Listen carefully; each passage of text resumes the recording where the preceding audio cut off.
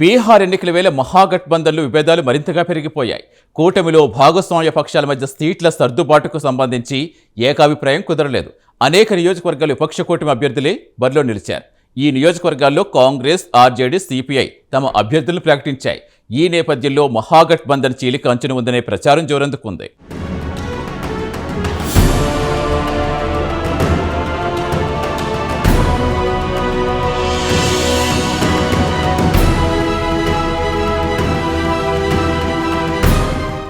మరికొన్ని రోజుల్లో బీహార్లో పోలింగ్ ప్రక్రియ ప్రారంభం కాబోతోంది. అయితే విపక్ష కూటమి అయిన మహాగఠబంధన్లో పరిస్థితి భిన్నంగా ఉంది.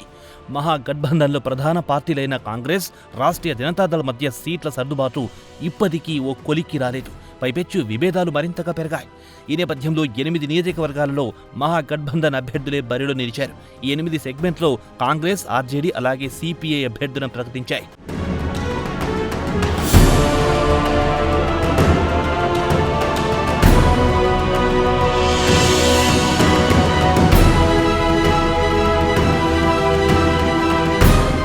కాగా మహాగఠబంధన్ చీలిక అంచున ఉందని కొంతకాలంగా బీహార్లో ప్రచారం నడుస్తోంది. తాజాగా 8 నియోజకవర్గాల్లోని విపక్ష కూటమి తమ అభ్యర్థులను ప్రకటించడంతో ఈ ప్రచారానికి బలం చేకూరినట్లయింది. తమ కనీసం 60 సీట్లు ఇవ్వాలని కాంగ్రెస్ పార్టీ డిమాండ్ చేసింది. అయితే కాంగ్రెస్కు 60 సీట్లు ఇవ్వడానికి రాష్ట్రీయ జనతాదళ్ అంగీకరించలేదు. మహాగఠబంధన్లో విభేదాలకు ఇదే ప్రధానమైన కారణమైంది.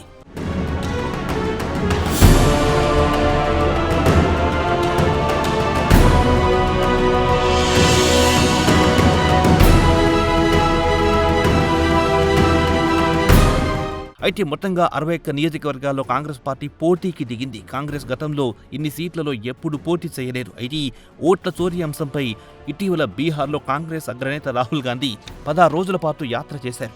రాహుల్ యాత్రకు ప్రజల నుంచి మంచి స్పందన లభించింది. అప్పటి వరకు నిస్తేజంగా ఉన్న బీహార్ కాంగ్రెస్లో రాహుల్ యాత్ర జోష్ నింపింది.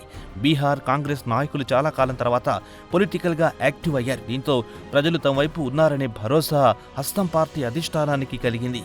ఈ నేపథ్యంలో 61 నియోజకవర్గాలకు కాంగ్రెస్ పార్టీ తమ అభ్యర్థులను ప్రకటించింది.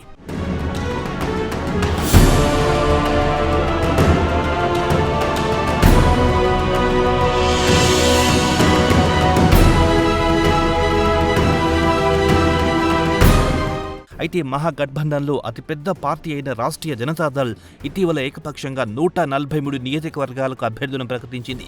ఇలా అభ్యర్థులను ప్రకటిస్తున్న సంగతి కాంగ్రెస్ హైకమాండ్కు సమాచారం కూడా ఇవ్వలేదు రాష్ట్రీయ జనతాదళ్ అధిష్టానం. దీని కౌంటర్గా కాంగ్రెస్ 61 సెగ్మెంట్లకు క్యాండిడేట్స్ను డిక్లేర్ చేసింది.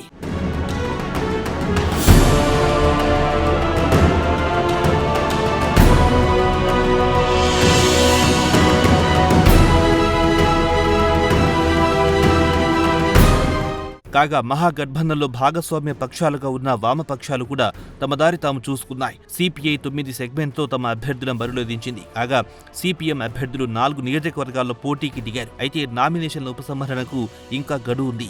కాగా నామినేషన్ల ఉపసంహరణ గడువులోగా విపక్ష కూటమి భాగస్వామ్య పక్షాల మధ్య సయోధ్య కుదురుతుందా లేదా అనే ప్రశ్న తెరమీదికి వచ్చింది.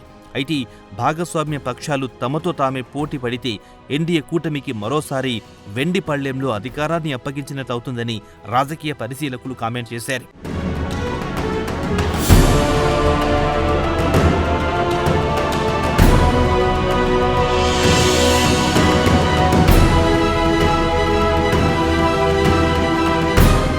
ఇదిలా ఉంటే మహాగఠబంధన్లో విభేదాలపై రాష్ట్రీయ జనతాదళ్ స్పందించింది.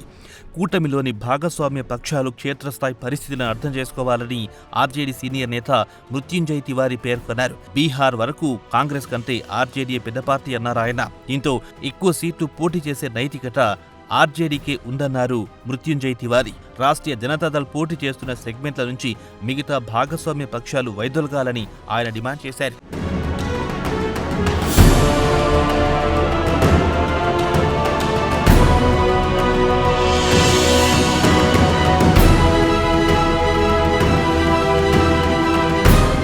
కాగా ఇదే అంశంపై కాంగ్రెస్ పార్టీ కూడా స్పందించింది. కాంగ్రెస్ పార్టీ ఎప్పుడు పొత్తు ధర్మాన్ని గౌరవిస్తుందన్నారు ఆ పార్టీ సీనియర్ నేత ఆసిఫ్ తివారీ.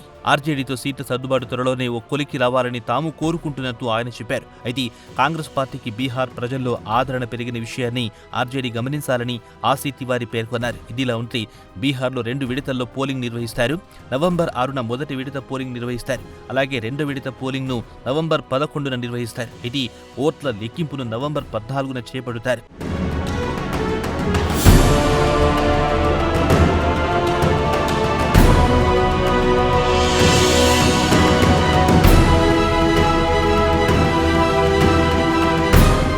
ఏదేమైనా మహాగఠబంధన్ భాగస్వామ్య పక్షాల మధ్య ఐక్యత కొరవడిందన్న సంగతి స్పష్టమైంది.